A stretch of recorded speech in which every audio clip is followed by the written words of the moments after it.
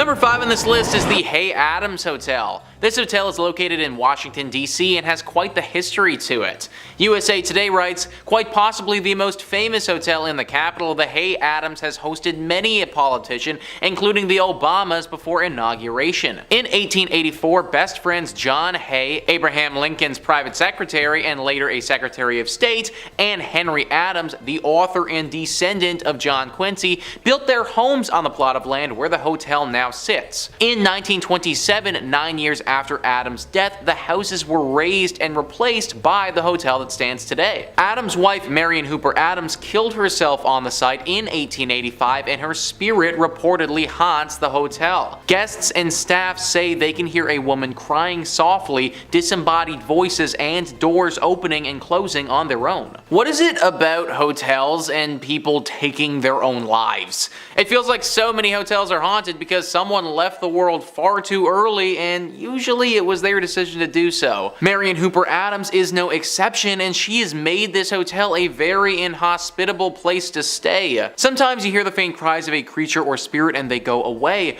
but apparently her spirit absolutely wails. All the time there are screams and crying heard. In fact, it's so repetitive that it gets less scary and more of an annoyance than anything else. People literally just can't sleep at night because they're constantly listening to her crying over how her life ended. It's also a nuisance when they find things missing all the time. Marion likes to move things and steal items. Oftentimes, the valuables of these people are gone if they leave the hotel for an extended period of time and then come back. Now, maybe this part of the legend is actually just one of the hotel workers stealing stuff and blaming it on her, but either way, things will go missing if you stay here. It's overall just a horrible experience being at this hotel for an extended period of time, and I wouldn't recommend it to anyone. Coming in at number 4, we have Masonic Temple. With over 16 floors and 1,000 rooms, this Gothic temple is one of the most striking buildings in Detroit.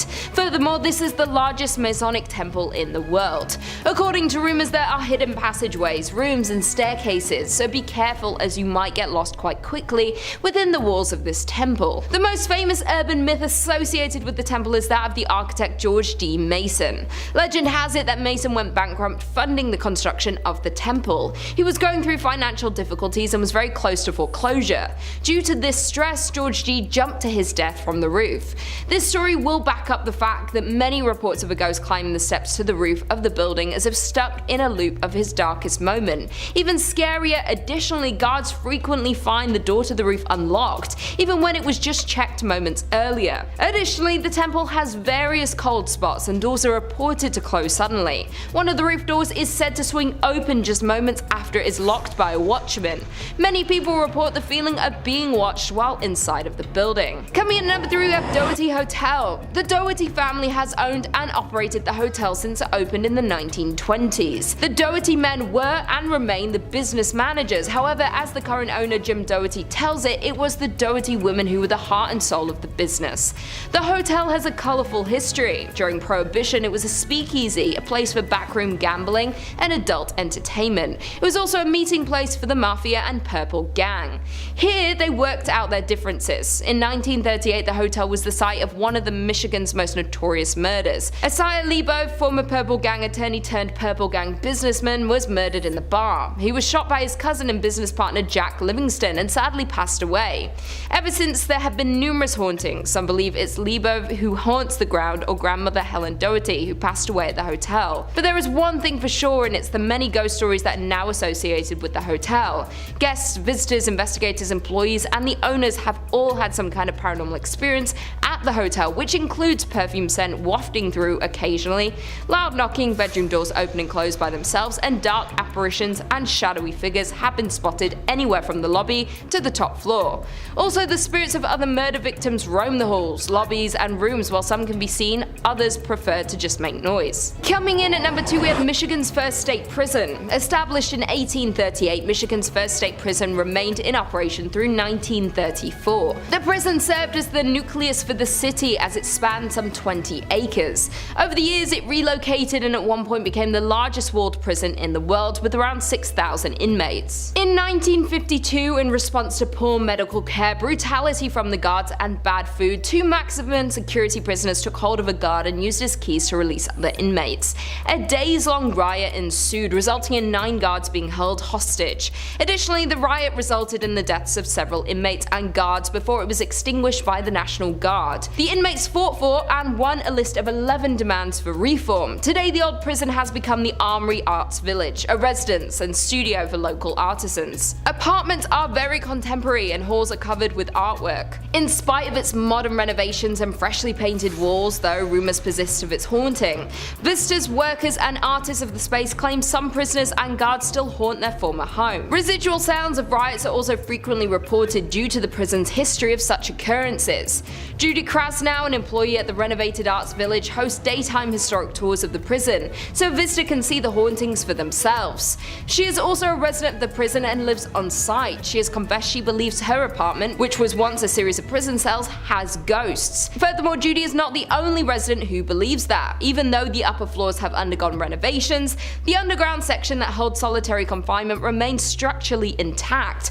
Although cells have been removed, there is intensity in this area that cannot be denied. And finally, in at number 1 we have the Whitney Restaurant. Located on Woodward Avenue, Restaurant Whitney was the former mansion home of David Whitney. David was one of the Midwest's wealthiest lumber barons at the turn of the century, and he built this magnificent 21,000 square foot home in 1894. The mansion was restored in the mid-1980s, and since then reports of unexplained paranormal activities have been reported, such as shadow figures have been seen on the 2nd floor, disembodied voices have been heard, and other strange phenomena have occurred. It is known that the mansion is haunted by Whitney and his first wife Flora. Flora always wanted to live in a mansion but died before the home was finished, leaving Whitney to raise their 4 children. A year after Flora's death, Whitney married her sister Sarah, leaving Flora's ghost to forever live in distress. The paranormal activity within the restaurant is not for the faint-hearted, as there have been reports of the elevator traveling between floors on its own with no one inside to operate it. Furthermore, ghosts have been witnessed on the upper floors, with one staff member seeing an older man looking out the window. The staff member approached the man asking him to leave, and right before the staff's eyes, the man vanishes into the floor. Other reports include noises that sound like silverware and kitchenware being handled and or stacked, and table settings keep getting moved around by some unseen presence.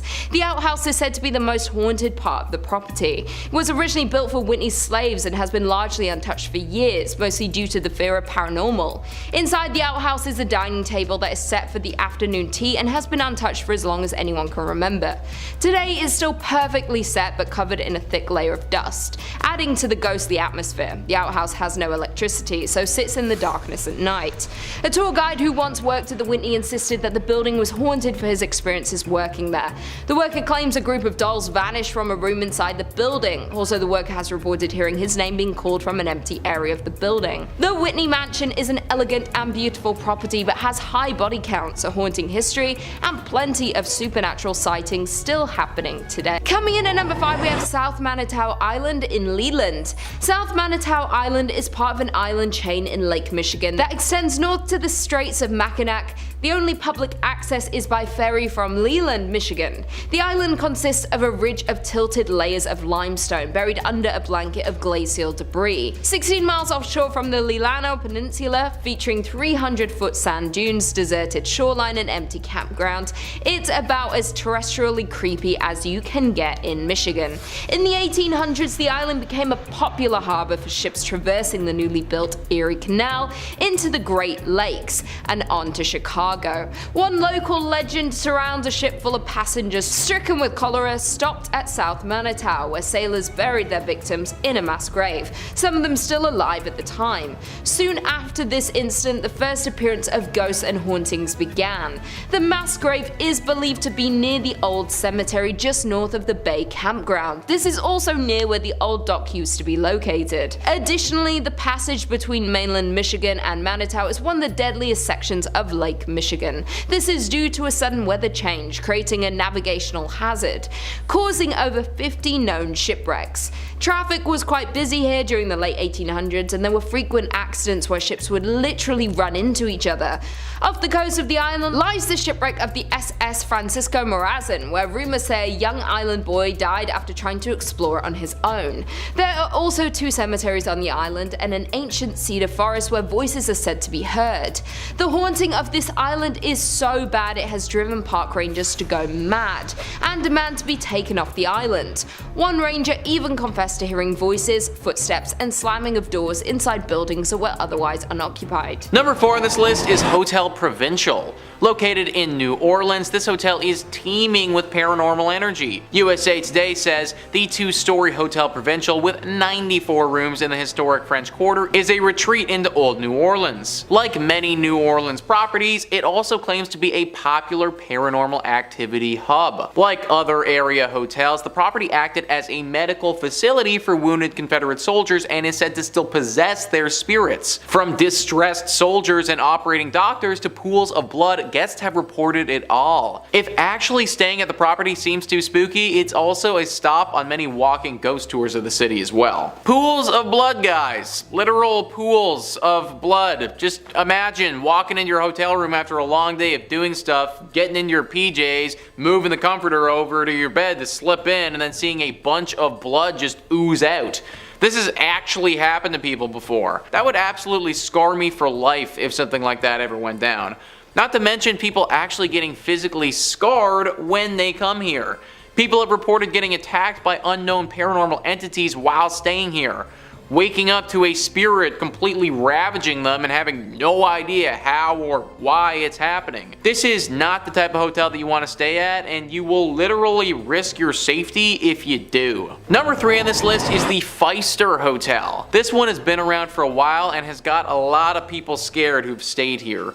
Travel and Leisure says the historic Feiser Hotel opened in Milwaukee in 1893 with elegant interiors and advanced technology for the times, including electricity, individual thermostat controls, and fireproofing, making it one of the most sought-after accommodations in the city. The hotel is supposedly home to a number of spooky sightings. In fact, several MLB players have reported their own personal ghost experiences in the hotel, and some are even too scared to stay there again. So guys, I actually run a podcast all about the MLB. Because I run this podcast, I'm pretty knowledgeable about the MLB. I have literally heard of this hotel before even doing research on this video. Players will flat out refuse to play here now because they get way too scared and can't get any sleep when they're there.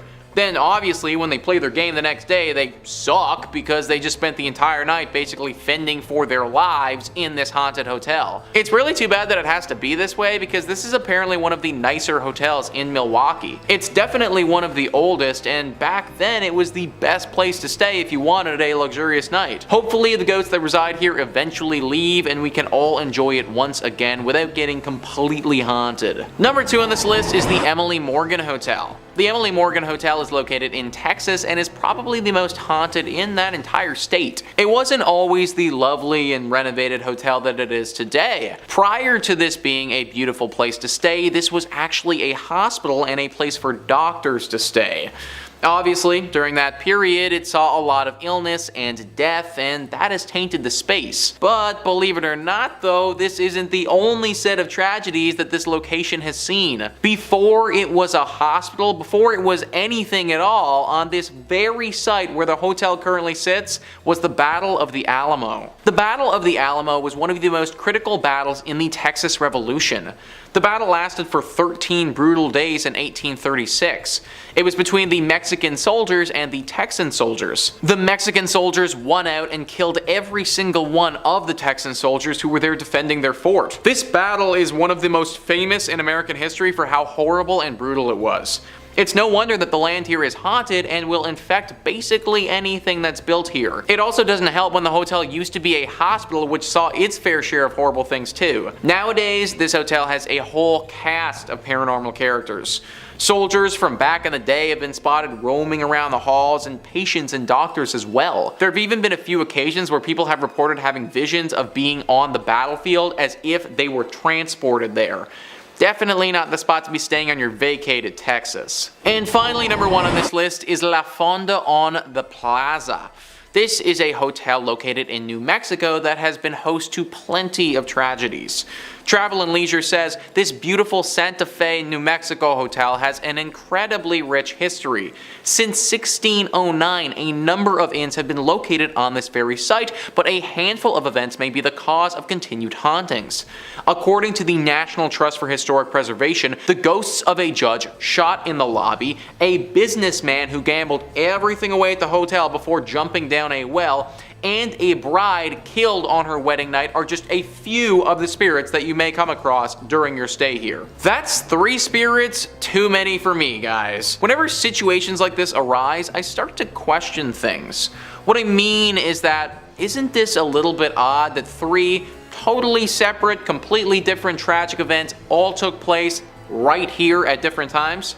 Sure, it could be a coincidence, but it seems like a rather sad one if you ask me. Maybe there was always something about this space that was just a little off. Maybe people who come here just get hit with horrible luck. Maybe this hotel was built on some sort of ancient ground that it shouldn't have been built on, and this is the horrible reaction. I obviously can't say for sure, but something's fishy about this hotel, and I wouldn't recommend checking it out if I was you. Number 5 on this list is the Molly Brown House. If you live in Denver, then there is no way that you aren't familiar with this haunted place. Thrillist says you've no doubt heard of the Molly Brown House and likely passed it on the street once or twice too. Molly Brown was a notable member of Denver's elite and perhaps known best for being a Titanic survivor, and despite allegedly living a relatively happy life, visitors to the museum and staff have reported quite a bit of strange happenings. Some have smelled what's believed to be husband J.J. Brown's pipe, or have witnessed lights off and on the fritz, and staff have reported furniture being seemingly rearranged. Sometimes figures can even be seen roaming the house. A visit is worth it alone for the history, but the potential for getting a bit spooked or walking into a cold spot is definitely an added bonus. We once again have one of those locations where no one has any idea why it's haunted, it just is. Maybe it's the connection to the Titanic that has got this place acting funky. Obviously, that was a very unnatural occurrence and took the lives of tons of people in a very sad way. So I could believe that the Titanic and the survivor of the Titanic plays some role into why this place is haunted the way that it is. Good news is that this isn't the worst haunting that you can run into. Like, yes, you will get a little scared for sure. You might smell something funny, or have a ghost pull something on you, or even maybe have small valuables go missing. But ultimately, you probably shouldn't be dragged to the underworld here by some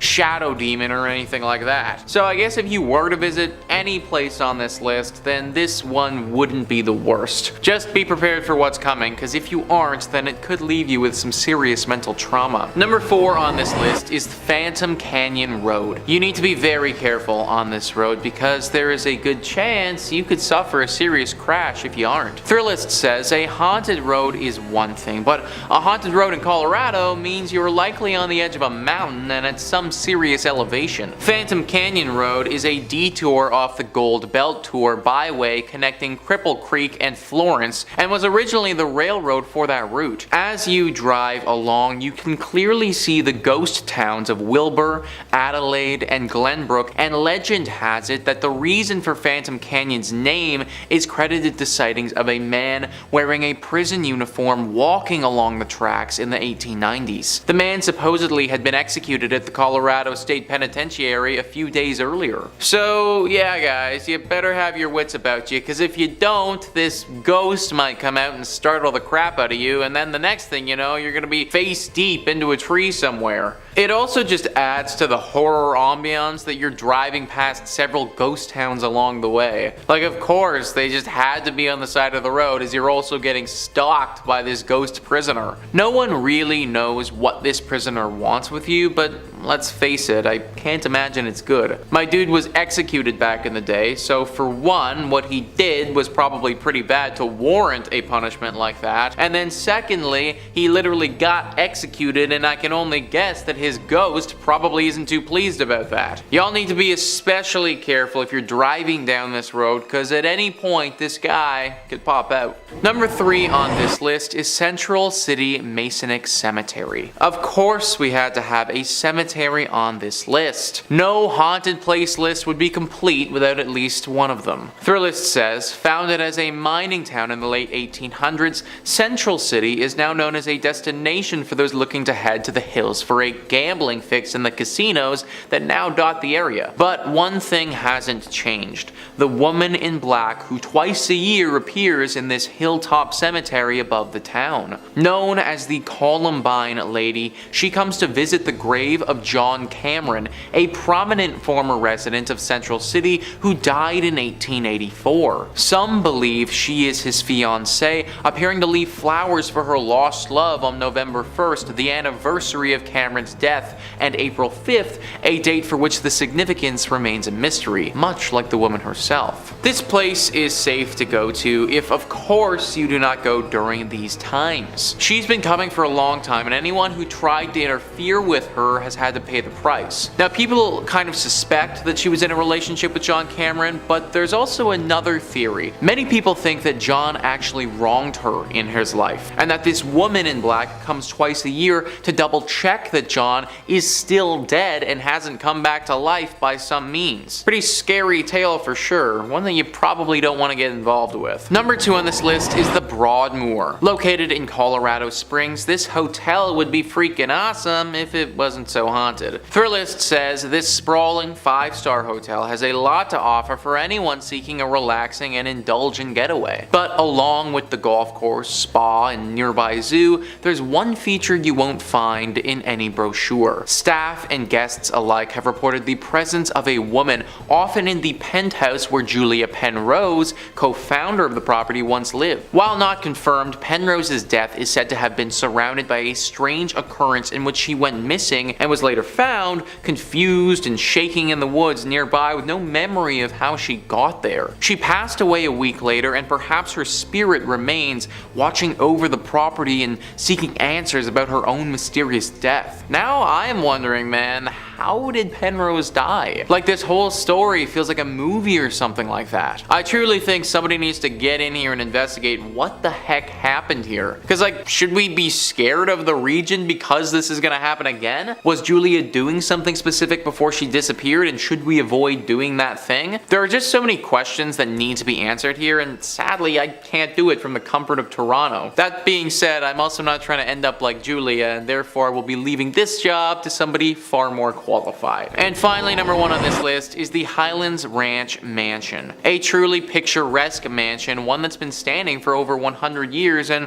one that's home to a ghostly spirit. Thrillist says this sprawling stone mansion, built in 1891, is often rented for weddings and events due to its impressive structural beauty and picturesque prairie views. But it's also a historic property and somewhat of a museum of the times, with a bit of paranormal activity sprinkled in. The ghost of Julia Kistler, daughter of F. Kistler, who bought the property in 1926, is said to haunt the home, with visitors and staff alike reporting hearing a woman's sobs, seeing a silhouette figure moving about when the mansion was otherwise vacant, and lights sporadically turning on and off. I don't know about you guys, but during my wedding ceremony, I want to hear beautiful sounding music, not the sobs of some ghost woman thing. Apparently she's crying all the time, and this woman's emotions are not something to play with. There's a story where once several children were playing around here. There was a wedding ceremony scheduled here for later that day, and the children were off doing what kids do before the proceedings got underway. They ran into this ghost crying, and then they started to make fun of her. They were rude and definitely unkind, but they also didn't deserve what she did next. It's said that in a fit of rage, she flew inside their bodies and and possessed each and every one of them for a short time, showing them things that were truly terrifying. Things that have ultimately changed those boys' lives and altered their mentality forever. Any ghost that's capable of doing something like that, that's one that I don't want to be around. 5 on this list is the Carolina Inn. This inn has actually been voted one of the most haunted in America by a few different lists. The University of North Carolina says the Carolina Inn was built in 1924 and quickly became a popular hotel for visitors and graduates of the university. In 1948, the Carolina Inn's most long-lasting guests checked in and apparently never left. Dr. William Jacox was a fun-loving man with a witty sense of humor, had recently retired from practicing medicine, and decided to make the Carolina Inn his final home. He lived in room 252 for 17 years before his death in 1965. As shared by the Carolina Inn, guests that have stayed in Jacox's old room report being inexplicably locked out of the suite. One time, the lock was so stubborn that a workman had to use a ladder to break into the room. Visitors have also noticed strange occurrences such as messy bath mats and previously closed curtains being pulled wide open. Some have encountered the smell of freshly cut flowers despite none being in the room, and felt their bodies become strangely cold for no apparent reason. This is only part of the stuff that goes down at this room as well, guys. Some people have reported seeing a poorly dressed man approach them looking for an unlocked door, and then if they show it to him, he runs away screaming. It's thought that this is the ghost of Dr. William Jacox. I don't know why unlocked doors scare this dude so much, but anyone who's gonna spend 17 years in this hotel is probably a bit of a weird dude. Unless you want to deal with a crazy old doctor ghost messing with you all vacation, I'd stay at a different inn. Number 4 on this list is the new Hanover County Library. I don't know why, guys, but something about haunted libraries is just so intriguing to me. Like, it just seems so mystical and mysterious, I guess. This haunted library is located right in Wilmington. There is a woman that haunts this place who's believed to be a patron. Apparently, she used to donate quite generously to this library, and in death doesn't want to leave it behind. She isn't the only ghost that walks the halls here and haunts the books. There's a male poltergeist who makes his presence quite known as well. He apparently died in a duel that happened here many years ago before this land was turned into a library. Nowadays, these two ghosts make it very hard to do any serious learning or studying considering they haunt the place so much. The woman isn't too bad, she just shows up and looks super creepy, but from my reading, she only actually punishes those who cause harm to the library or make fun of it. Those who come here to learn and to read, she leaves them be for the most part. The man, however, is certainly quite the pest. He often messes with those that come here and makes it very difficult for people to accomplish anything. I love libraries, I think that we should all go to them more often, but maybe just not this one specifically. On this list is Villa Paula. This haunted place is located in Miami and has quite the interesting guest in the backyard. Thrillist says, this stately white mansion was originally constructed as the Cuban consulate in the mid-1920s, home to Consul Domingo Millard and his wife, Paula. The Cuban-born Paula was known to spend her days playing piano and drinking Cuban coffee until she died from complications from a leg amputation in 1932. Legend has it that Domingo interred his late wife in a sarcophagus laid in the backyard. The sarcophagus is still there now, covered by ficus tree roots and nearly impossible to reach. Whether or not it actually contains her mortal remains is debatable at best, but reports of her ghost persist. It's said her ghost is in different rooms there, says History Miami's Dr. Paul George. People who've lived at Villa Paula since have had existential kinds of experiences. Among them, phantom coffee smells and piano playing, a one-legged woman roaming about as well. So there is a literal sarcophagus just chilling in this person's backyard. Can you imagine having that just show up on the house listing? I'd be like, no, we are not okay with that. I'm kind of surprised that no one has gone to go deal with the sarcophagus before. I mean, you can't just leave this thing down there like that and expect the ghost to just go away. I would imagine that Paula's spirit is probably tied to the sarcophagus, and in turn it's tied to the area. Granted, I do kind of understand why no one wants to dig it up. Think about all the crazy stuff that's happened with the pyramids. You dig up this sarcophagus and you might end up being cursed for life, which is obviously something that nobody wants. But now we're left in this awkward place where we can't get rid of the ghost, but at the same time can't live here either. That's why I'm recommending to all of you watching, just avoid Villa Paula altogether. Number 4 on this list is the Blue Anchor Pub. So this is an interesting one because this pub didn't actually start in Florida. Thrillist says this pub was built in 1840s London during Jack the Ripper times, so it should be no surprise that it's haunted. The story goes that the bar was raised in London, but its wooden interiors were sent to New York City and then onto this sleepy Florida town in 1996. Little did anyone know that the pub's original elements came with the ghost of Bertha Starkley, a cheating wife who was murdered by her husband. Today, she can be heard rattling pots, knocking things over, and wailing in the middle of the night at the Blue Anchor. Every night around 10 p.m., the time that she was murdered, Bertha likes to remind everyone she's still here, so the current owners ring the ship's bell to scare her away. So, first thing, I've never actually heard of that before, where they take a building from one continent and then just decide to move it over to another continent. This bar must look pretty cool on the inside to go to all that trouble though. Obviously this was a bit of a mistake and everyone would have been better served if we relocated this thing straight to the dump. Bertha doesn't care if it's in London or America or anywhere. As long as the structure of this pub is still intact, her ghost will still be floating around, which makes it very hard to enjoy a night out at this place. Like imagine drowning several pints, going to take a piss, and then getting ambushed by some 1800s ghost in the bathroom with your pee-pee hanging out. Like, I don't know if I'd ever be able to recover from that, folks. Number three on this list is Fort Fisher. Fort Fisher was a critical fort during the American Civil War.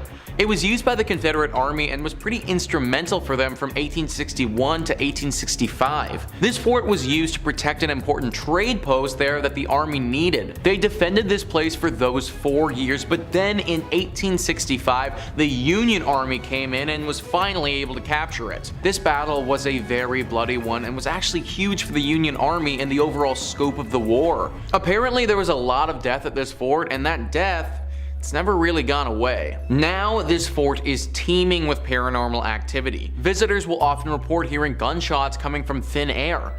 The sounds of many footsteps all running at once as if people were charging ahead. Orbs of energy appear in front of them from no apparent source. There are 2 very famous ghosts that haunt this place as well, Robert E. Harrell and General William Whitling. Robert was apparently an outcast who died under mysterious circumstances and has not been able to rest since. The general was actually taken prisoner and killed at Fort Columbus, but he returned to this place because he feels regret for how he failed in life. He was apparently responsible for defending this place and was not capable of doing so. A very haunted fort that I wouldn't recommend going to. Number 2 on this list is Lydias Bridge. Who is Lydia and why does she have a bridge and why is it haunted?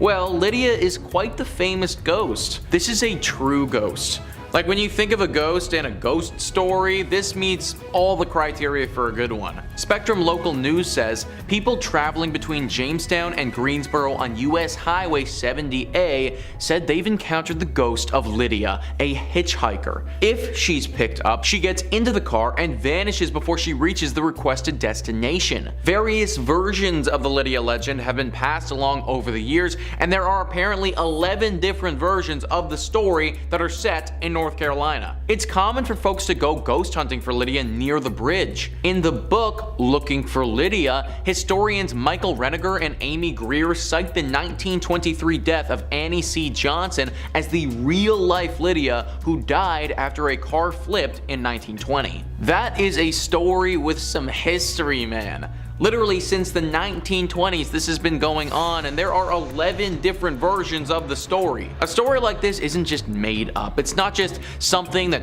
one person posted on Creepypasta that became a thing. No, this has been part of the identity of North Carolina for a century. Countless people have picked up this woman and then had her disappear right before their very eyes. Car accidents have happened from people driving this woman and then getting so shocked that they spin off the road when she disappears. Lydia, or Annie, is a real ghost who stalks drivers along this road and especially this bridge. Although she isn't inherently evil in nature, as I said before, accidents have happened when people realize they were just driving a ghost around. I have no idea where Lydia is trying to get to, but trust me, you probably don't want to be the person to take her there. And finally, number 1 on this list is the Devil's Tramping Grounds. This is in reference to a very strange patch of soil in North Carolina. For decades, this circle of dirt has allowed nothing to grow on it at all, whilst the area surrounding it is home to luscious wildlife. The Sun Journal says regional legend maintains that Satan frequents the area on his nightly walks,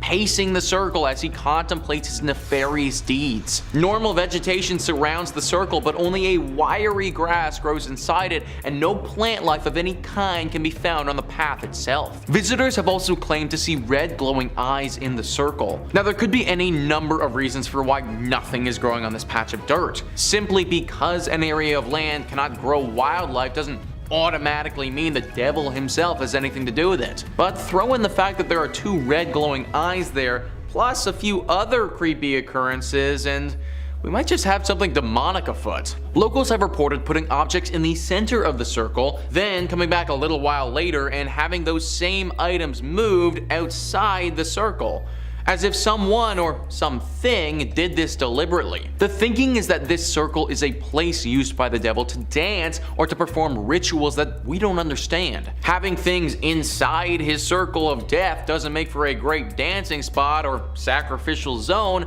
so those things need to get moved. That's why we see the red eyes in the night and there's an overwhelming sensation of dread in the area. It's the devil doing his devilish things. A daring reporter actually decided to test this theory one evening and slept in the exact spot in a tent. He said that the entire evening he heard the distinct sounds of dancing footprints outside his tent, but couldn't spot anything when he looked out. My dude literally could have been like 1 foot away from the actual devil. No idea how he managed to make it through the entire night, but honestly, solid respect. Either way, this guy's story is an exception, not the norm. I'd avoid this place at all costs, because if you don't, the devil might actually make you pay for it. On this list is St. Augustine's Lighthouse. Ah yes, the haunted lighthouse. A true classic. Thrillist says St. Augustine's iconic lighthouse is a Florida landmark built in 1874.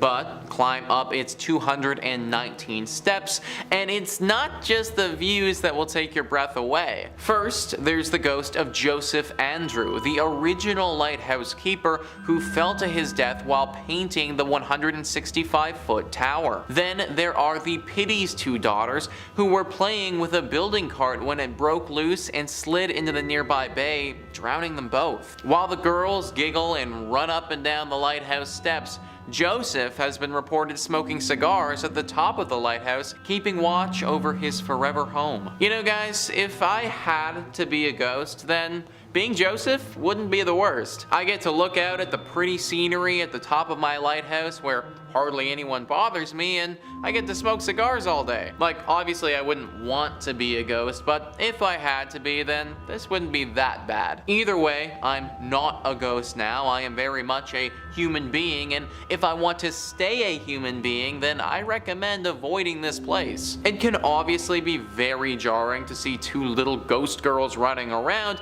and even though all of these ghosts are supposed to be pretty chill, we know that the paranormal can be unpredictable. I'm sure that there are tons of other non-haunted Florida lighthouses around if you're really pining for a good view. Number 2 on this list is Fort East Martello. If you don't like dolls, then you really won't like this one, guys. Thrillist says if there is one rule all Floridians follow, it's do not mess with Robert the doll. The 4-foot figurine has terrorized anyone who hasn't taken him seriously since he was gifted to artist Robert Jean Otto in 1904. Otto blamed any mischievous act around him on Robert the doll, effectively coining the oft-repeated "Robert did it" mantra. The doll currently holds court inside Fort East Martello, where he lives inside a glass case surrounded by a constant soundtrack of haunting xylophone music. The room evokes a heavy air immediately upon entering, and the walls are papered with apology notes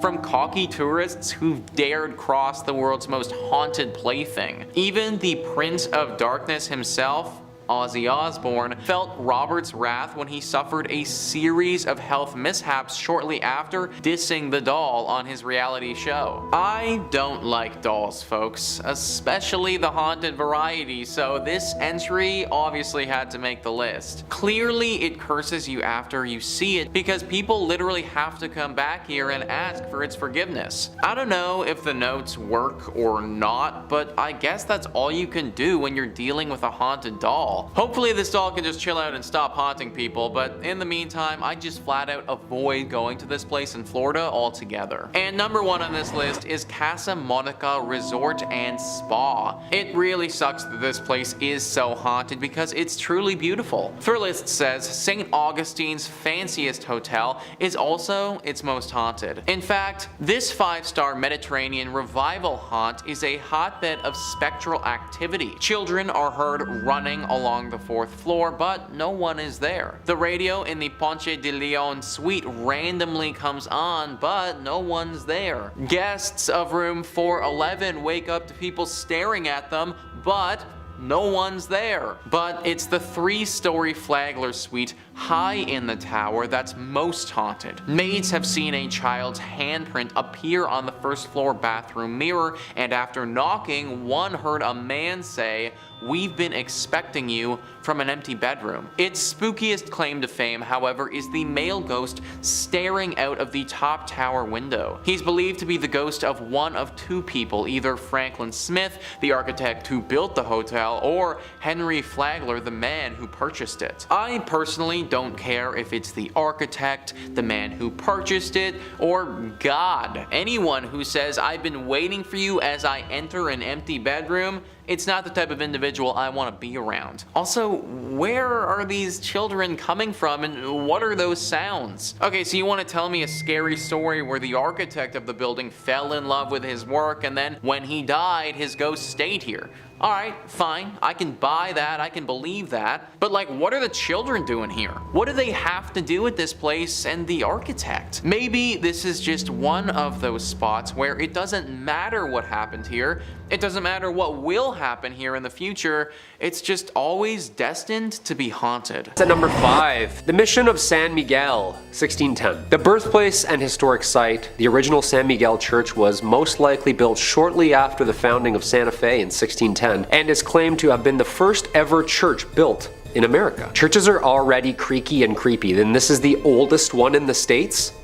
Okay, here we go. This church was built right across the Santa Fe River in the area referred to as the Barrio de Analco, which was inhabited mainly by the native population for the past 1,000 years. The San Miguel mission was first mentioned in writing in 1628, indicating it was in use at that point as both a mission and a school. Although intended as a mission, the Spanish also used it as their parish church until the parroquia was completed. The original San Miguel church was probably much smaller than the structure present, with more of a rectangular apse, a slightly raised sanctuary, and a simple front elevation with no towers at all. The surviving foundations were excavated and closely researched by Bruce Ellis and Stanley Stubbs in 1955. Although the present building dates from 1710, it has undergone a multitude of significant structural changes since its infamous riot in which partially destroyed the building during the Pueblo Revolt of 1680. This was an uprising of mostly the indigenous Pueblo peoples against the Spanish colonizers in Santa Fe de Nuevo Mexico. The Pueblo Revolt killed around 400 Spaniards and drove the remaining 2,000 settlers out of the province, which is where the creepy stuff kinda sits around. Since its construction, there have been over 300 years of ghostly apparitions seen at these ruins. You can never really pinpoint a specific person at this location, but there are numerous sightings that have been documented over the years, ranging from ghost horses, dragging sounds, and loud bangs resembling warfare. The San Miguel Chapel still stands after 400 years due to its local, national, and international community that has supported its preservation and history. Everybody chipping in. I love it. Little TLC. I bet you this is also where you see ghosts on different floors that used to be there or behind walls that don't even exist anymore. Like, are they bound by these structures forever? They're just like... No. Forever? Number 4, La Posada Hotel, 1882. Located at 330 East Palace Avenue in Santa Fe, New Mexico, La Posada Hotel is more than 100 years old, finishing construction in 1884. A lively and prominent spot for celebrities in town during the 1900s, it was originally built to be the home of Mr. Abraham and Mrs. Julia Stab. Perfect last name for the start of something scary. Stab. A prominent businessman and a German immigrant, Abraham had constructed this beautiful Grand French Second Empire estate ready to make a life working with his brother Zack in business and eventually settling down in this historic town, with the mansion acting as a social hub for both the business and celebrity events. It is said that the Stabs have 7 children, one of which died at birth, and which in fact led Miss Stab to a depressed self-exile state, dying at the age of only 52. The mansion was converted into a hotel in 1936, shortly after the rubble of the Depression had cleared, and it is said that Julia herself haunts the rooms of La Posada Hotel. Guests have made claims to hear voices in vacant bedrooms, lights flickering on and off, and even doors slamming in the middle of the night. Voices saying things like, "I'm in here." It's never just like casual and calm, like, "Oh yeah, just leave the door open, I'm in here, come on in." It's always a creepy whisper in here, like, "I'm in here." Too creepy. La Posada Hotel Resort and Spa still remains one of New Mexico's most haunted hotels and is active and encourages overnighters to check out the Julia Stab package, which involves a ghostly tour, history lesson of the grounds, a lovely dinner away from the kids, and a day done right by the pool or spa. Unfortunately, I won't be taking them up on the Stab package at any time soon. Not at all. No chance. I hear one thing in the middle of the night and I'm out, and I'm up quickly. 12 seconds flat. I'm just like... Number 3, the Old State Penitentiary, 1885. The Old State is located 15 miles south of central Santa Fe and is an active men's maximum security prison that was built in 1885. Acting as a prison system for the US, the prison saw 3 massive riots in its entirety, including 1922, 1953, and the worst and most bloody riot of all, 1980. One of the worst prison riots in American history. It's presumed to be the reason behind its haunting reputation. On February 2nd, 1980, several inmates initiated a riot which led to the inmates gaining control over the prison for a full day and a half. Unfortunately, at the time, post-70s, the prison was overcrowded, underfunded, and riddled with untrained, fresh-faced security guards, with the rampant need for excess bodies due to the overgrowing inmate count. After escaping and organizing this event, the cellmates then tortured 12 prison guards and brutally murdered 33 other inmates. These riots soon became medieval in nature, gruesome, and truly evil. The most famous area for paranormal sightings can be heard and seen around cell block 4. Men here were brutally butchered, dismembered, decapitated, and some even hung up on the cells and burned alive. This section of the prison was closed in 1998 and is now referred to as Old Main. As if that history isn't dark enough, witnesses and researchers claim that there's a ton of spirits that roam this prison. Dark figures and ghostly shadows have been seen roaming the cells and halls, unexplainable slamming of cell doors, men's voices, strange noises, and even echoed screams can be heard at this location. This is why I don't even jaywalk, people. Stay a couple nights at this haunted prison looking at axe marks on the ground? Yeah, no, I'm getting my phone out right away. I know exactly who I'm gonna call. Yeah. Number 2, the Amador Hotel. Located at 251 West Amador Street at the corner of Water Street and Las Cruces, which translates to the Crosses, an area in New Mexico spanning as far back as the settled early 1800s, was thought to be an early mass gravesite for the amount of crosses present in the city. The Amador Hotel has stood serving the community in multiple ways over the years, including a courthouse, a post office, a bank, hotel, and even a county office center. Yeah, can I get 2 stamps, please? Thanks. Built in 1866, the Amador Hotel is a popular Las Cruces ghost tour, and some of the rooms were even used as jail cells. Hey, you're grounded. For 15 years to life, I don't know. The courthouse was completed in 1885. Amador added another story to the remaining structure, and Amador Hall became a community center where people conversed in drinking and in storytelling. During tours, guests have reported seeing shadowy figures lurking in the hallways, numerous cold spots, flashlights turning on and off by themselves, and having their arms even touched or scratched. Oh yeah, that's it. Just a little to the left. That's perfect. Some even say it's the work of a little ghost girl named Annie, who frequently visits the room on the second floor, giggling. Like, giggling is great and all until like a 200-year-old spirit giggles right in your face. Like, what is still funny? This is terrifying. Joke must have been that good. Little ghost girls? Yeah, that's the scariest ghosts imaginable. 100%. The Amador Hotel ghost tour starts at 8 p.m. and during a visit through the tour of the grounds, history and ghost hunting begins. I'm a strict matinee ghost hunter myself, only during the day, or never. Or like around brunch, that's like perfect, nice and sunny. And coming in at number 1, Double Eagle Restaurant. If you're heading down to Mesilla, New Mexico this weekend and enjoy burgers and ghost stories, well, then the Double Eagle Restaurant is a must stop for you. Known not only for the world's largest green pepper chili burger, this blast from the past decorated head to toe in its luxurious upscale Victorian decor is now the home to 2 prominent and active restaurants, the Double Eagle and Pepper's Cafe. Alright, here we go, let's dive in. Possibly the world's most haunted restaurants, originally owned by the Mace family, owning one of the leading and most lucrative import-export businesses in Santa Fe, was Senor and Senora Mace. Senora Mace expected only the best for her eldest son, Armando. Mothers and their sons, right? Always imaginarily wiping something off their faces. Come here, there's more. There is grim history here, involving 2 forbidden star-crossed lovers and a pair of sewing scissors. Thank you. The Double Eagle Restaurant is not only home for great food, beautifully handcrafted cocktails, but also home to a double homicide gruesome murder, in which these victims' souls would seem to be trapped within these walls forever. Armando, son and heir to his parents' business, falling head over heels in love with the family's household servant named Enos. Although Enos reciprocated such feelings about Armando, their relationship had to remain a secret due to Armando's mother's strict ordinance and the difference in the teenager's social and political positions. When Senora Mace discovered this relationship, she demanded that it end at once and banished Enos from her home indefinitely. It is said that one day Senora Mace came home, unexpectedly interrupting the lovers, mid-swoon, entranced by their love as she grabbed her sewing scissors from the basket on the patio and attacked Enos, stabbing and killing her. As she prepared to strike again, Armando, her son, threw his body in front of Enos and was stabbed instead. Yeah, that's some Romeo and Juliet stuff there, people. The murders were held in the famous Carlotta Salon Room, which can be visited at any time. A heavily requested stop where spooky goers can see a newspaper article titled Young Lover Ghosts on display, as well as an array of pictures taken of the young ghost lovers together over the years. That's terrifying! Here's the room, here's what happened, here's some proof. Number 5 on this list is the Zack Beggins Haunted Museum.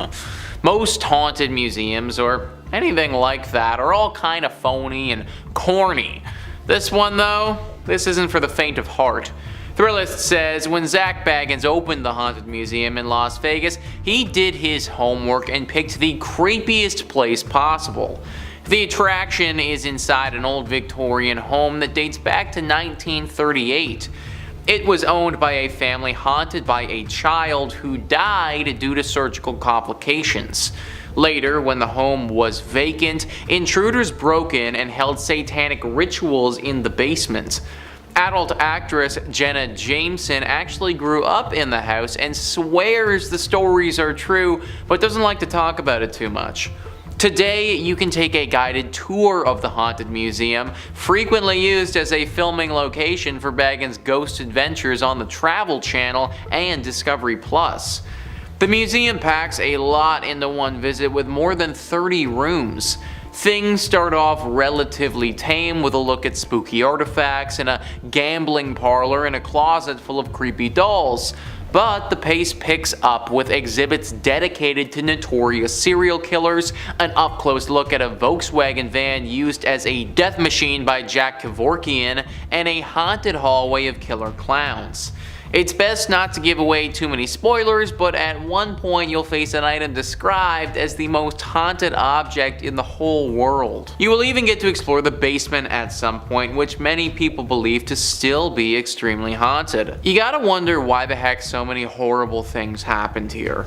Haunted child, satanic rituals, other questionable things that have probably not been leaked to the public. I guess it makes sense to have a haunted museum here, but obviously bringing in all of these other haunted items has just further promoted paranormal energy, and now this is clearly a hotspot for spirits and ghosts alike.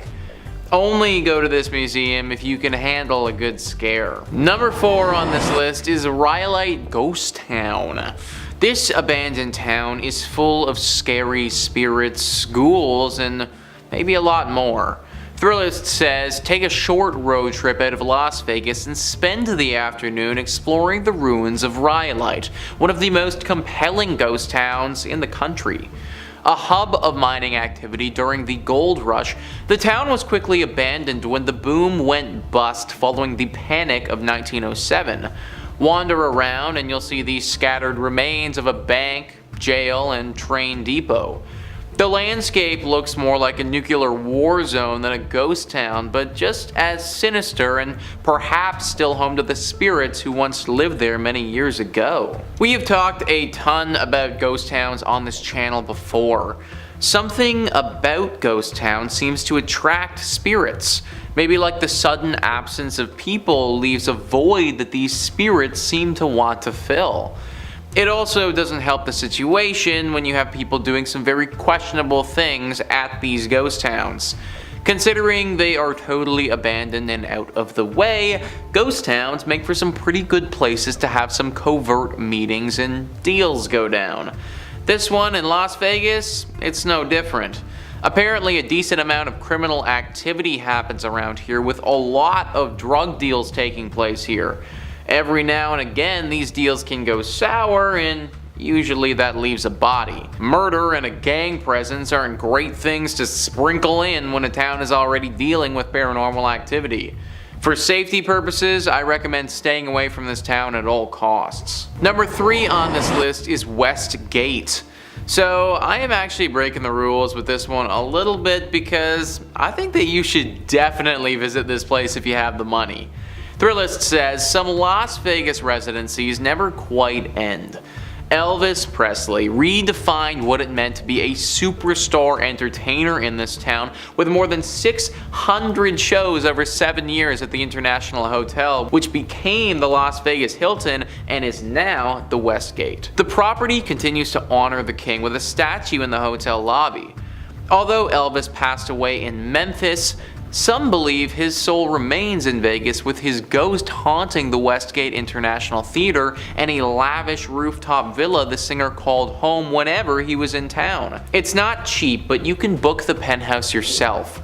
Just call the desk and ask for the Elvis suite. I don't care how creepy it may be or how scary he would look, but if there is an opportunity to see the ghost of Elvis, then that is absolutely something that I definitely want to cash in on. Imagine you pull up to your hotel room after a night of drinking, and then you get to have a late night conversation with one of the greatest rock stars of all time ever. I don't think that Elvis would be the type of dude to hurt you or anything like that, even in ghost form. So as long as it's safe to do so, count me the heck in, dude. I want to go to Vegas and party with the ghost of Elvis. Number 2 on this list is Las Vegas Academy of the Arts. As somebody who graduated university for acting, and art school being haunted is just a tad bit triggering. Thrillist says the Las Vegas Academy of the Arts is a magnet school that specializes in music, theater, and other fine arts. Yet its legacy dates back to 1931, when it was known simply as Las Vegas High School, the first official high school in Las Vegas. The site has seen its share of renovations over the years, although 2 of its 3 original buildings remain on campus with their sturdy brick exteriors still in place. Generations of students have swapped stories about Mr. Petrie, a ghost that roams the hallways and haunts the school's theater. Some claim to hear strange noises or feel a chill, especially when rehearsals carry over to evening hours. So, who is Mr. Petrie? Some believe he was a former teacher. Others claim he owned a home that previously stood on the site of the school and burned down in a mysterious fire. Nobody knows for sure. All everyone does know is that Mr. Petrie is a menace. Let me tell you folks, acting is hard enough as it is without some creepy ghost causing problems for you mid-monologue. And apparently he likes to do that all the time. Many shows and performances have been ruined by Mr. Petrie. And the worst part about it is that he will only show himself to one person at a time sometimes. So the lead actor will be out there doing Hamlet and then all of a sudden see a ghost in front of him causing problems. The actor will naturally freak out and lose their mind, but no one else will see the ghost. They'll just see the actor on stage losing it. Which kind of makes the actor look like a bumbling idiot, but really they're getting attacked by some ghost. Try a different art school if you're looking for an artistic education. Number 1 on this list is Balis. If Trivago or any other site like that tries to recommend you stay at Balis, don't fall for it, guys. Thrillist says the worst fire in Nevada history tore through the old MGM Grand Hotel on November 21st, 1980. The blaze killed 87 people, mostly due to smoke inhalation, while helicopters rescued survivors from the roof. The property was eventually sold and renamed Balis, while a new version of the MGM Grand reopened a few blocks south on the Strip. The tower engulfed in the fire is still part of the hotel, and guests sometimes claim to see unusual shadows in hallways, hear strange noises, and notice furniture that mysteriously moves in the rooms, especially on higher floors that saw the worst of the flames. Many believe the strange activity is caused by the spirits of those who didn't survive the tragedy. 87 people dying in a tragedy like that is always going to leave something terrible behind, and that's what we have here. 87 spirits are now restlessly floating around in purgatory at this place. They tried to remodel and change the name and forget everything that happened, but an incident like that cannot be forgotten. The people who died and their spirits, they can't be forgotten. They're still there to this day, haunting the place and trying to seek help. Many of the reports haven't talked about these ghosts being evil, but just being misunderstood and trying to get out of this place. They didn't ask to die in a fire, and they also didn't ask to be left in this purgatory place forever. I would imagine that they want to move on, they just don't know how to get free of this. Hopefully someone can figure out a way to save these souls and let them pass on for good. Number 5, we have the Houghton Mansion. Built in the 1890s in North Adams, Massachusetts, for the mayor himself, Albert Charles Houghton. This neoclassical revival-style mansion sits on 172 Church Street. A family man, Albert was the president of Arnold Print Works, a prominent textile factory in North Adams. His wife, Cordelia, daughter Mary, and himself had owned and lived on the property right up until the fatal car accident which took the lives of the family in 1914. On an early summer morning, Albert and his family, accompanied by another family, Dr. and Mrs. Dutton and their daughter, and of course the family chauffeur himself, Mr. Witters, had decided to head out into the countryside for a leisurely drive, a drive that ultimately took their lives. Unfortunately for everyone on that August 1st morning, after a steep turn, the car lost control and proceeded to screech off the road,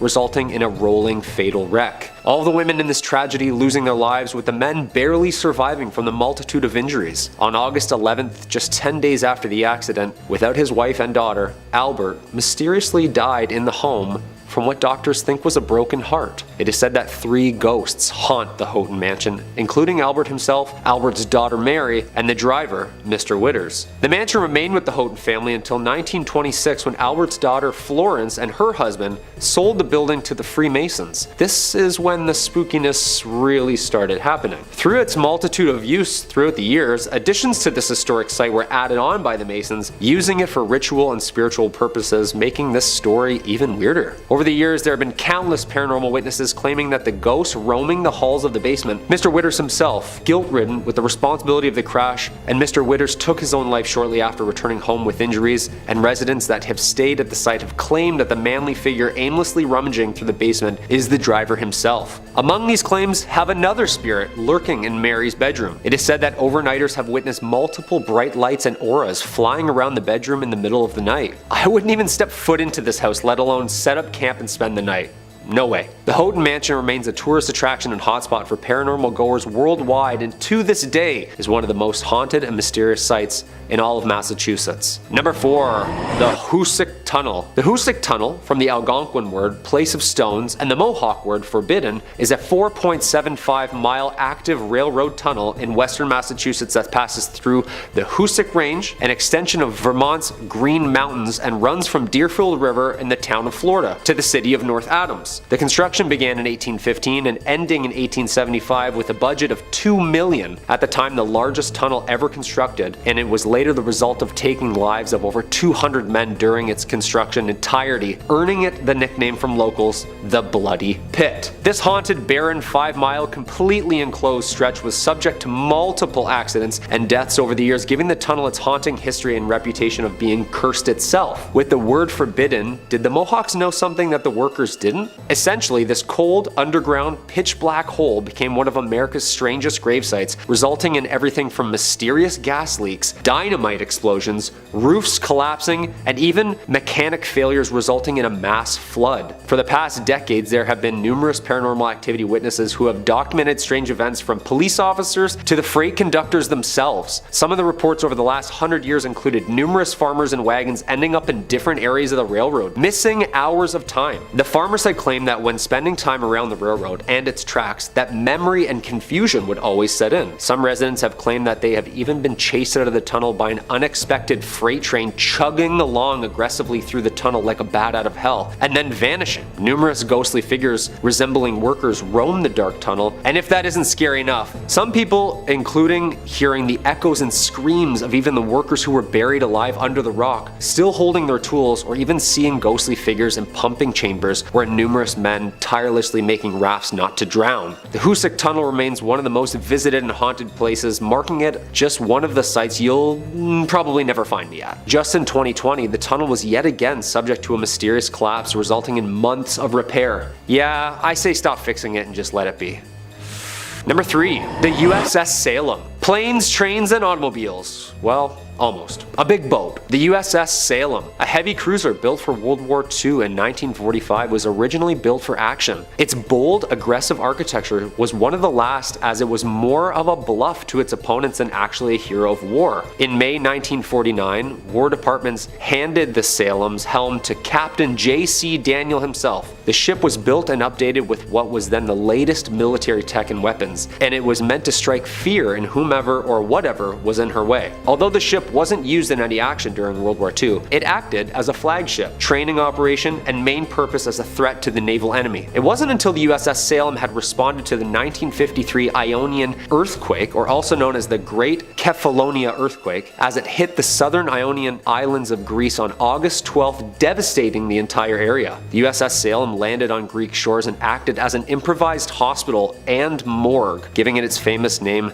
the Sea Witch. The ship was decommissioned shortly after its rescue and lays in Boston's harbor as a tourist attraction from all of its dark history. Some of the paranormal activities that arise on the ship include the Burning Man, who smells of rank death and can be seen in the mess hall where the bodies have been stored. Another famous apparition on the ship is the ghost girls who lurk the halls of the ship. Little ghostly figures can be seen and felt on the legs of tour goers. Some people claim that the ship is even home to hellhounds, an aggressive pack of ghostly creatures that roam the ship growling and scratching at closed doors. Yeah, the next time my dog scratches at my door, she's going up for adoption, I'm sorry. Number 2, the Lizzie Borden House. This quaint bed and breakfast located at 230 2nd Street is home to one of America's most haunted and mysterious homes. The Lizzie Borden House gets its haunt from an unsolved murder of Lizzie Borden in 1892. One of the most infamous true crime figures, known for her murdering of her father and stepmother with several blows to the head with a hatchet. Ooh,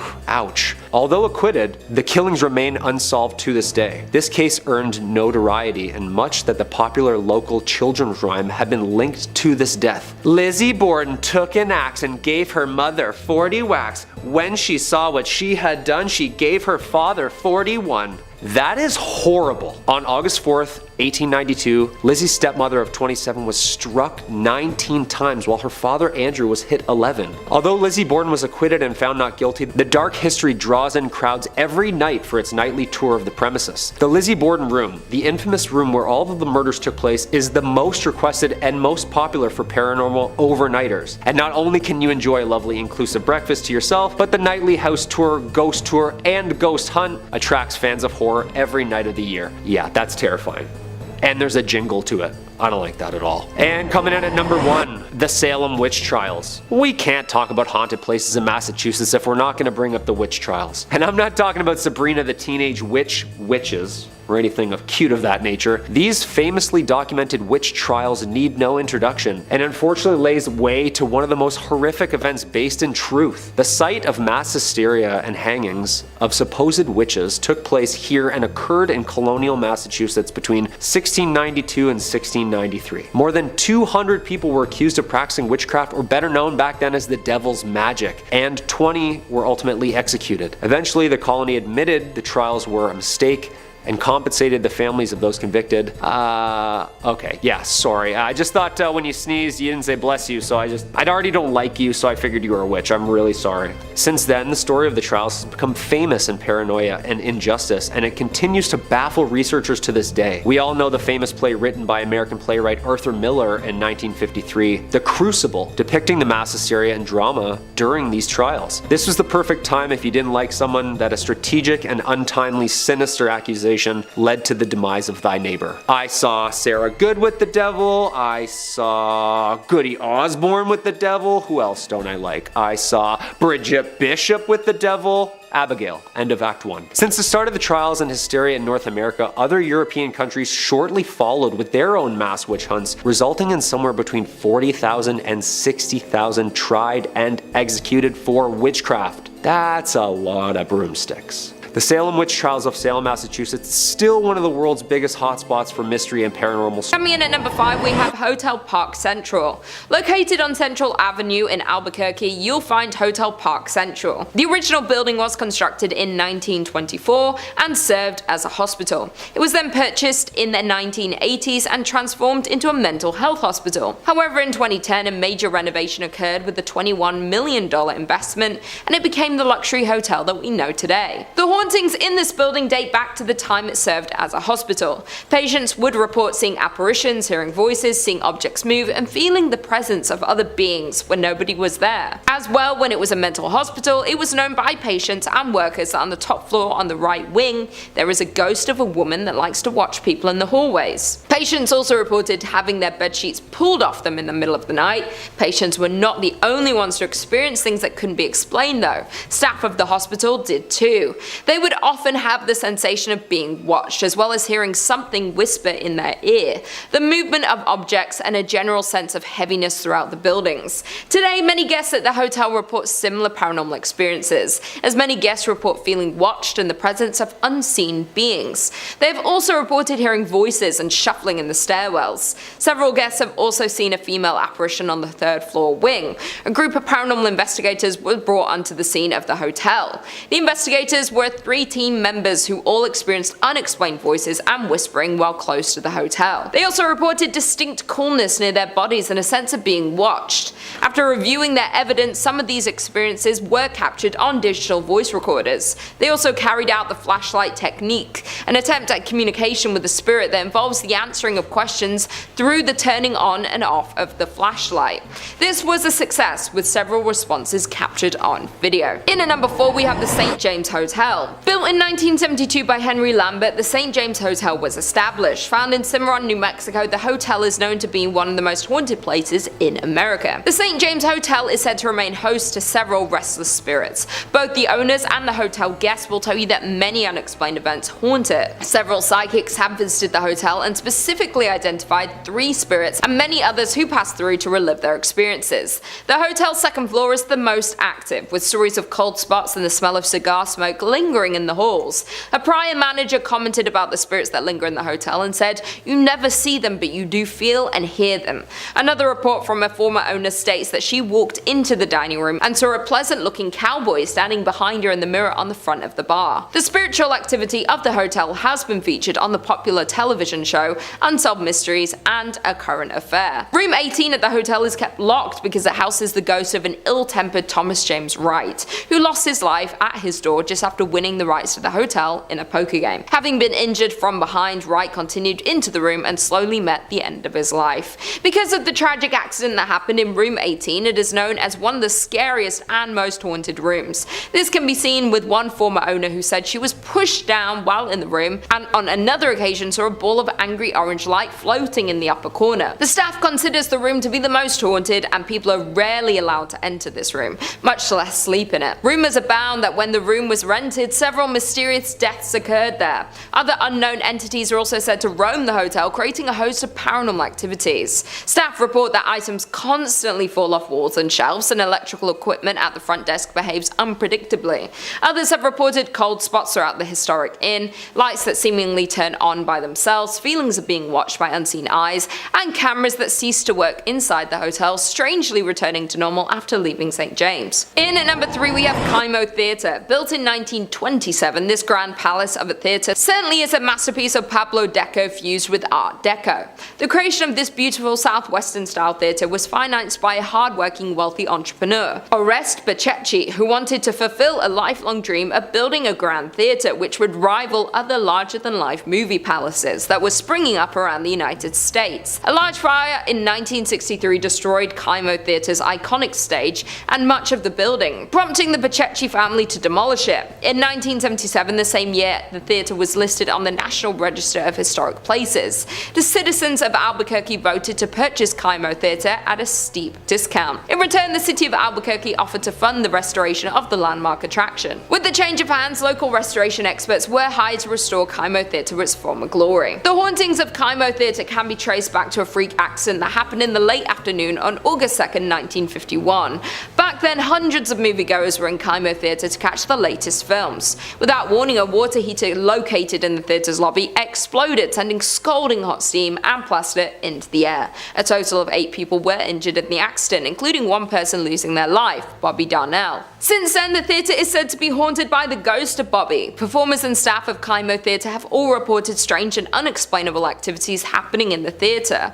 In particular, donuts placed backstage for performers would often go missing. To appease the spirit of Bobby, an altar was erected beneath the stairs to the dressing rooms. Toys, sweets and donuts would be placed before every major performance to ensure the success of each show. Those who didn't would face a disastrous performance. Kaimo Theatre's technical manager Dennis Potter recounted an incident in December 1986 when the donuts were removed by Andrew Shear, director of A Christmas Carol, just minutes before the first show. It did not take long before the disaster occurred. Electrical cables fell, lights exploded, doors on the set opened without warning, and performers had forgotten their lines. After the end of the disastrous show, the donuts were promptly replaced and the next show went off without a hiccup. However, an interview with Andrew contradicted the Potter's story, with the former claiming that the donuts were never removed or replaced. Apart from the unexplainable disruptions, staff working at Kaimo Theatre have also reported seeing the ghost of Bobby, dressed in a striped shirt and blue pants. The ghost of Bobby is often seen loitering on the lobby staircase, looking for the next victim of his harmless shenanigans. In at number 2 we have La Fonda Hotel. Standing in Santa Fe, New Mexico, there is the historic La Fonda Hotel. Over the years, the hotel was destroyed and rebuilt several times over. In 1821, when Captain William Becknell blazed the path of what would become known as the Santa Fe Trail, he stayed at a La Fonda where the trail terminated at the town central plaza. As more and more pioneers traveled the Santa Fe Trail, the La Fonda became a popular destination for trappers, traders, mountain men, soldiers, politicians, and the like. The current La Fonda was built in 1922 on the site of the previous inns. In 1925, it was acquired by the Atchison, Topeka Santa Fe Railroad, which leased it to Fred Harvey. For more than 40 years, from 1926 to 1968, La Fonda was one of the famous Harvey houses, a renowned chain of fine hotels. Today, the La Fonda Hotel is said to host not only travelers visiting Santa Fe, but also several ghosts. Some people believe that the Honorable Judge Slough continues to walk its hallways. However, more often reported is the ghost of the distraught salesman who jumped into the well hotel after losing all of his company's money. The hotel's dining room, called the La Plazuela, is situated directly over the old well, and both guests and staff alike have reported the sight of a ghostly figure that walks to the center of the room, then seemingly jumps into the floor and disappears. Other reported phenomena include a ghost that haunts the Santa Fe room, as well as a spirit that walks the hallways near the La Terraza, a restaurant located on the east side of the hotel's third floor. In the 1970s, a ghost reportedly called the front desk to complain that someone was walking up and down the hallway in front of his room. When an employee was sent to investigate, he saw a tall man in a long black coat disappear into a stairwell. However, when he followed him to the stairs, there was no sign of the mysterious visitor. And finally, in at number 1, we have the Luna Mansion. The Luna Mansion in Los Lunas, New Mexico is known for one thing, and it's its ghost stories. Over the years, the Luna Mansion in Los Lunas has gained a reputation as being haunted. Guests and staff alike have shared stories of unexplained activity, which some chalk up to the paranormal. Over the years, the mansion changed hands several times before it was purchased and renovated as a fine dining establishment in the 1970s. It was then that the ghost of Josephina began to appear. Perhaps she didn't like the renovations, or maybe she just wants to stick around to make sure they were doing a good job on the home that she had spent so many years looking after. Dressed in 1920s period clothing, she had been described by employees as appearing very real. Most often she is seen in 2 former bedrooms on the second floor, an attic, storeroom, and at the top of the stairs leading to the second floor bar. At the top of the stairs sits an old rocking chair, which she has often been seen sitting in and rocking slowly.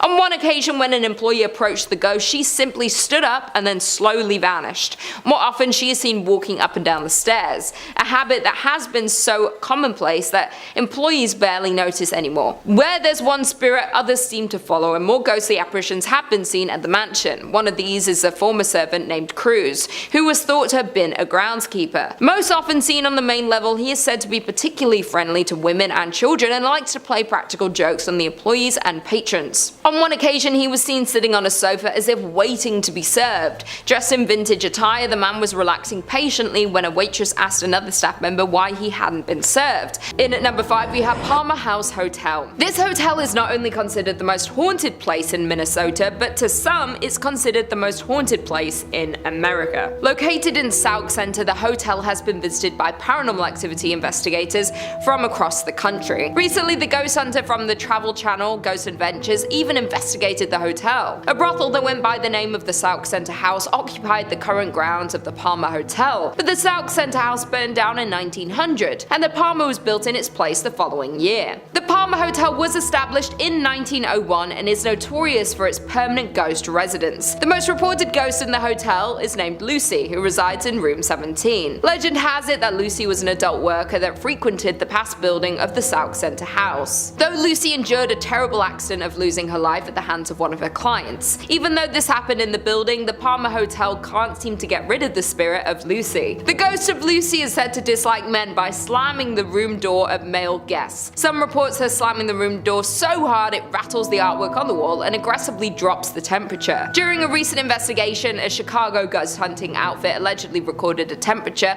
of -1 degrees Fahrenheit during their stay. Additionally, there was a couple staying at the hotel that reported a horrifying ghost encounter in room 17, where the wife woke up in the night and suddenly saw a lanky man dressed in 1920s clothing standing at the foot of the bed. Other active areas include the bar in room 22, home to a spirit named Raymond, rumored to be Lucy's manager.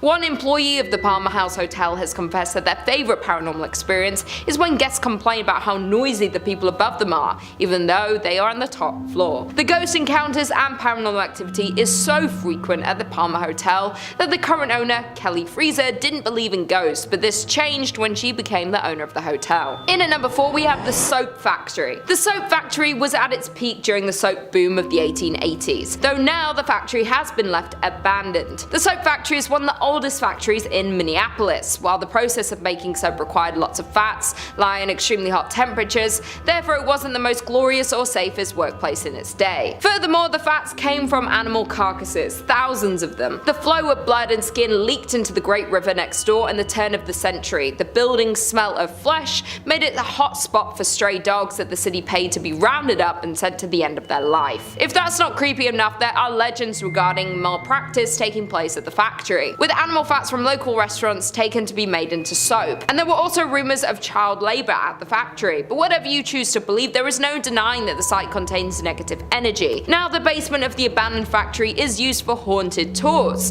The tour is so scary in fact that guests have to sign a waiver and have to be 18 to go on the tour. In at number 3 we have First Avenue. Located in downtown Minneapolis, the building, which is now home to this nightclub, has a rounded front, is painted black, and has white stars on its sidewalls with the names of many of the musical talents who have done shows in one of these 3 event rooms found inside. Before it was famous for being a nightclub, the First Avenue was a Greyhound depot. The First Avenue legend has to do with the building's former self, the Great Art Deco Greyhound Bus Center that opened on 7th Street in 1937. The story goes that a young woman went to the station to meet her boyfriend who was returning home from World War II. When she was informed that he had died in combat, she ran into the restroom and ended her life due to heartbreak. In recent years, multiple First Avenue staffers have reported seeing a ghost in the washroom. The ghost has been reportedly described as a woman always in a green army jacket and sometimes seen dancing at the club along with other ghosts. Legend says that many homeless people died in the bus station as well, and they can be seen dancing with the women. There have been reports of another spirit haunting the nightclub. The staffers nicknamed this spirit Slippy, while this particular ghost is said to make a balloon appear from nowhere which then floats up and down the staircase on its own. Dave Schrader, a paranormal investigator, visited First Avenue to assess the paranormal activity in the building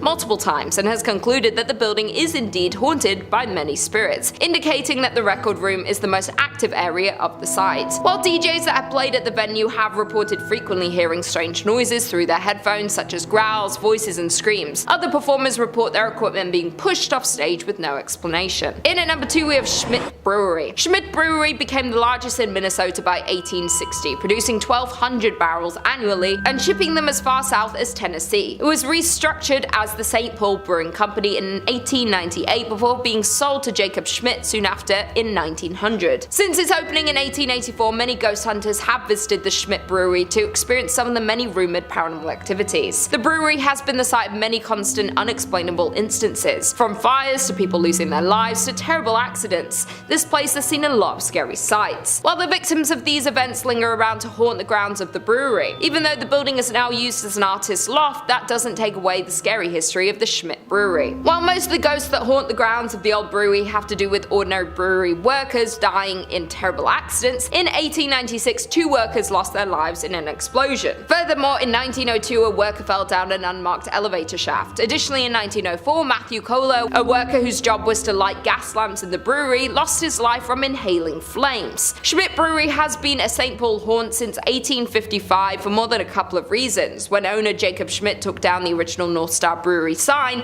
replacing it with his namesake, Jacob Schmidt Brewing Company. The entire brewery burned down a year later in 1900. Plenty of other bad luck would also follow on the grounds of the brewery, suspected due to the tragic death of many workers of the brewery. And finally, in at number 1 we have Four Pals Restaurant. Known as the most haunted restaurant in Minnesota, the Four Pal has a tragic story. Located in St. Paul, Four Pals was a high-end restaurant located in Irvine Park, and the restaurant is a beautiful Victorian mansion. Sadly though, the restaurant is now permanently closed. The dark stories about Four Pals Restaurant hint that the historic mansion is seriously haunted. As the story goes, back in the late 1800s, Joseph Four Pal had an affair with the mansion's maid, Molly. It was not long before his wife discovered this relationship and love for Mary. Therefore, the wife became extremely jealous of the servant and assigned Molly to do chores that would keep her away from the bedrooms and away from Joseph. Molly became pregnant and Joseph ended the affair, but Molly was so distraught about the whole situation that she ended her life. According to reports, she ended her life in the attic. Joseph was upset when he heard the news about Molly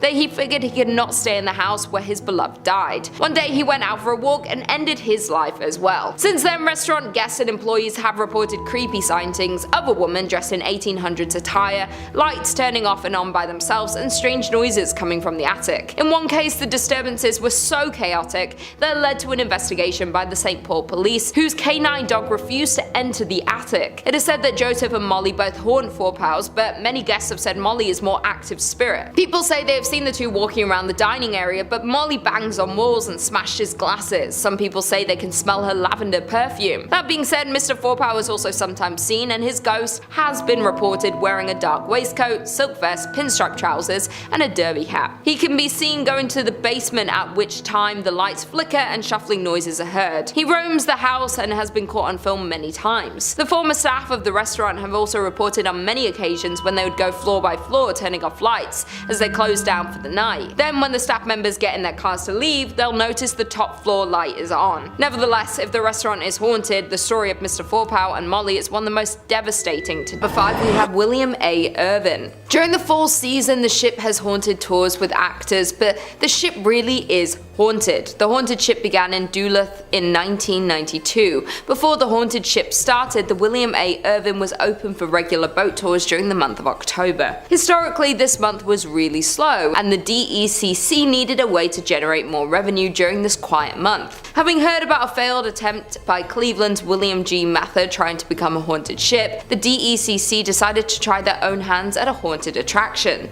The William A. Irvin partnered up with UMD to give the school's drama department some experience on production and acting. Needless to say, their attempt was a huge success. More than 2 decades later, the haunted ship is the peak of the Irvin's yearly business. The most common sighting that employees relate is that a lady in white has been seen walking around the ship, noticeably. She is usually up on deck and is dressed in period clothing. Nobody has ever been able to identify who she is or why she is tied to the vessel. There is also said to be a former captain who is still overseeing his ship. He is most often seen in the captain's chair and is said to be angry that the ship remains in dock and is no longer seaworthy. There are another 2 men haunting the ship. One sticks to the front of the ship and apparently does not understand what has happened to him, while the other sticks to the rear of the ship and has confirmed that he died after falling from a ladder. The family of the second man has come forward and said the story surrounding his death was always suspicious and they were denied a claim to his pension. In at number 4, we have Enga Tower. The 82-year-old watchtower can be found right in the middle of Enga Pa. The tower was built in 1939 and looks over the Duluth Harbor, being known as one of the most well-known haunted places in Minnesota, and for good reason. The tower is 531 feet above Lake Superior and is built of bluestone from local sources. Enga Tower was first dedicated by Crown Prince Olav and Crown Princess Martha of Norway on June 15th. It was built as a tribute to businessman Bert Enga, who passed away in 1931. The dedication was in honor of Bert Enga, a native of Norway who came to this country and became a successful furniture dealer. At the time of his death, Mr. Enga donated 2/3 of his estate to the city of Duluth. This included the land known as Enga Hill, which along with Enga Tower is also the home of Enga Park and Enga Golf Course. The tower can be seen almost anywhere throughout the city and has since been restored. There is a local legend that a man took his own life in 1948 by jumping off the 5th level of Enga Tower. They say his body has been found hours later but was never identified. That being said, there are numerous ghost stories of visitors seeing a man on the 5th floor of the tower before entering, but when they reach the top, he is gone.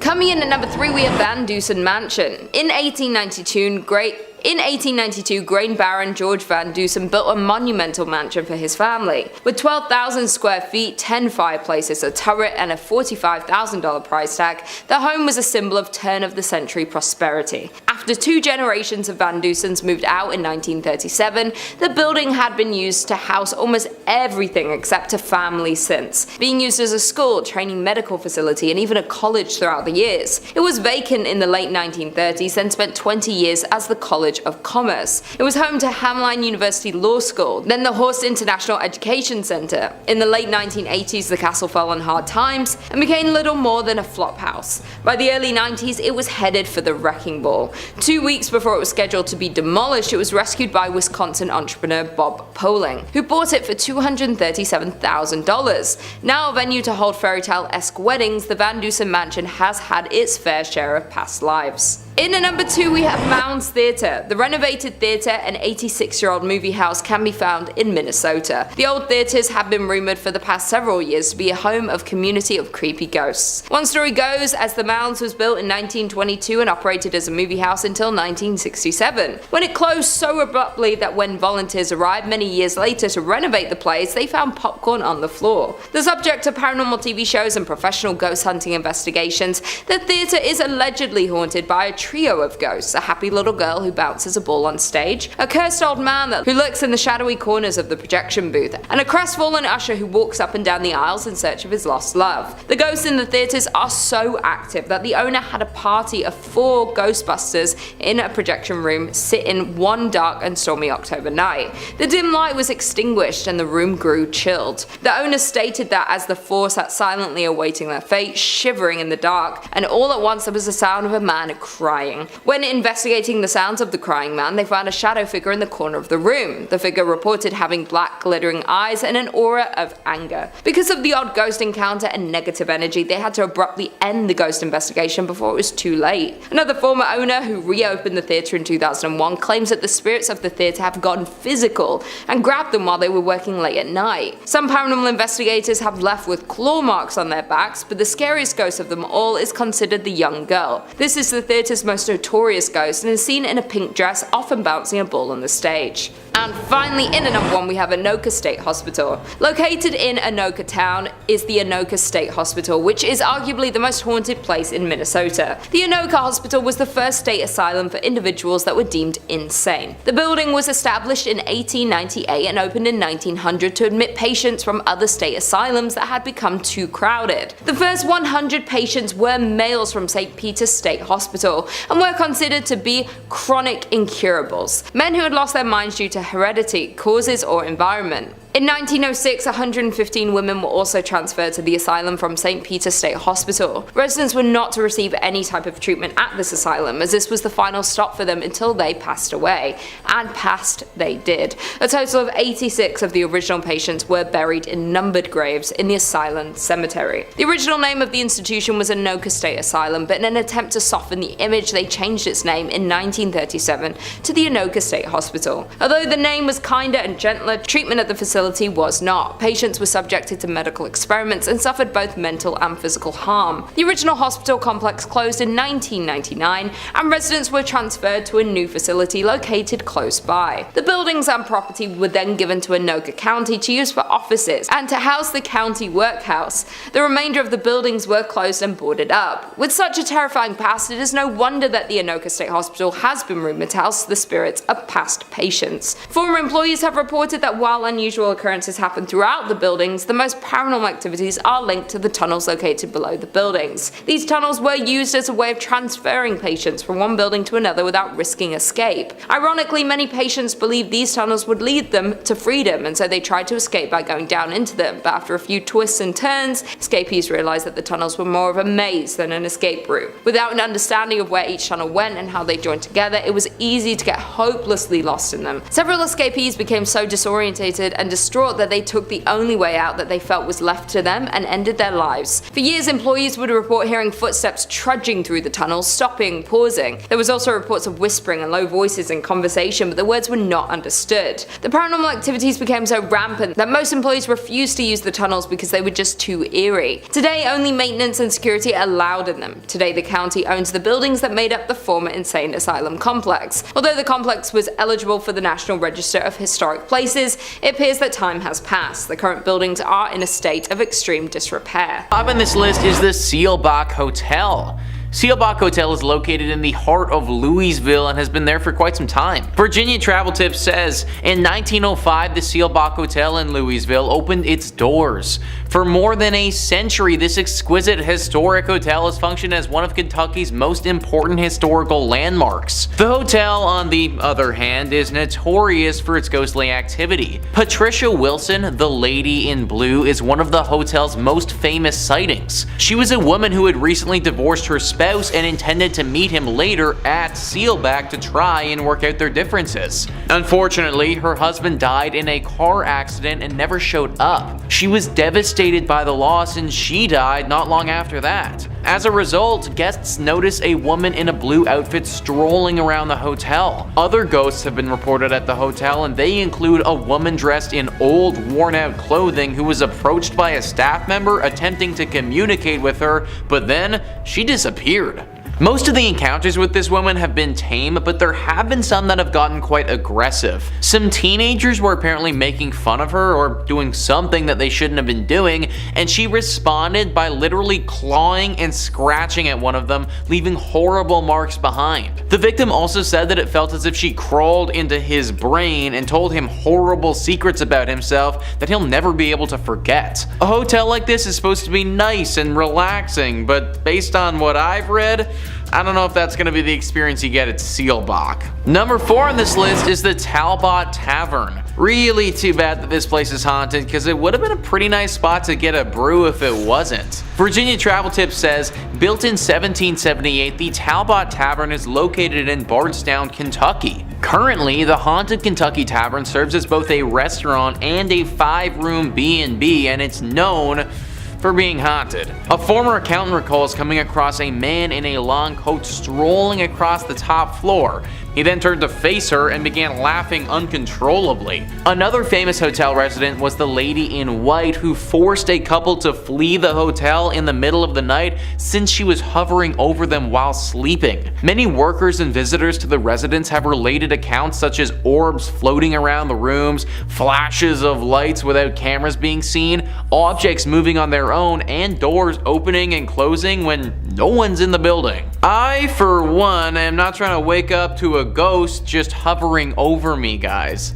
Honestly, it might give me a heart attack and, well, I'd never wake up again. This place is weird because no one really knows why it's as haunted as it is, but there's no doubt that it's teeming with paranormal energy. Pick a different place to go get a drink if you're in Kentucky. Number 3 on this list is the Kentucky State Penitentiary. We always got to include the creepy jail in one of these lists, guys, and this is Kentucky's. Virginia Travel Tips says, the Kentucky State Penitentiary is situated near the Tennessee border on a sharp bend in the Cumberland River. In the 1800s, a maximum security jail was built there. It is a gorgeous place from afar, but up close, it is a death and ghost machine, according to a local author and paranormal investigator. Thousands of men have been executed in the prison's electric chair, known as Old Sparky. During his death row cell inspections in the late 1980s, a guard had a terrible incident where no one stayed.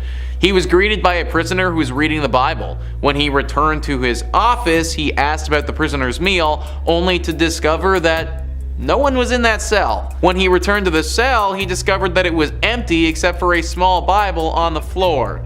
Yeah, kinda weird. More strange occurrences were recorded around the institution, with many reporting seeing a reflection of an inmate who attempted to shock them. Okay, so honestly guys, I want to take this as seriously as possible, but Old Sparky?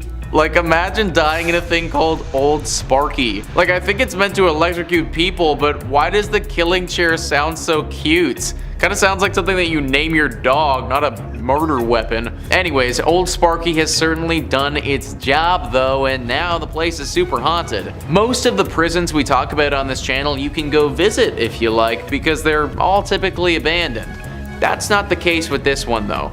The Kentucky State Penitentiary is still fully operational and has tons of prisoners in it. Not only do these people have to chill in jail, but it just so happens that their jail is also haunted. Number 2 on this list is Mammoth Cave. So we actually spoke about Mammoth Cave on this channel before in our series about top 5 terrifying caves where evil awaits, so if that interests you, then go check it out. It made that list because it was super haunted, and naturally it has to make this one as well. It is, as you'd expect, located in Kentucky. It is the biggest cave in the state by far, which is why it's named Mammoth Cave. Most of the cave has been unexplored, which is kind of nuts considering we've already seen about 400 miles of it up until this point. This has been an area of interest to people for thousands of years.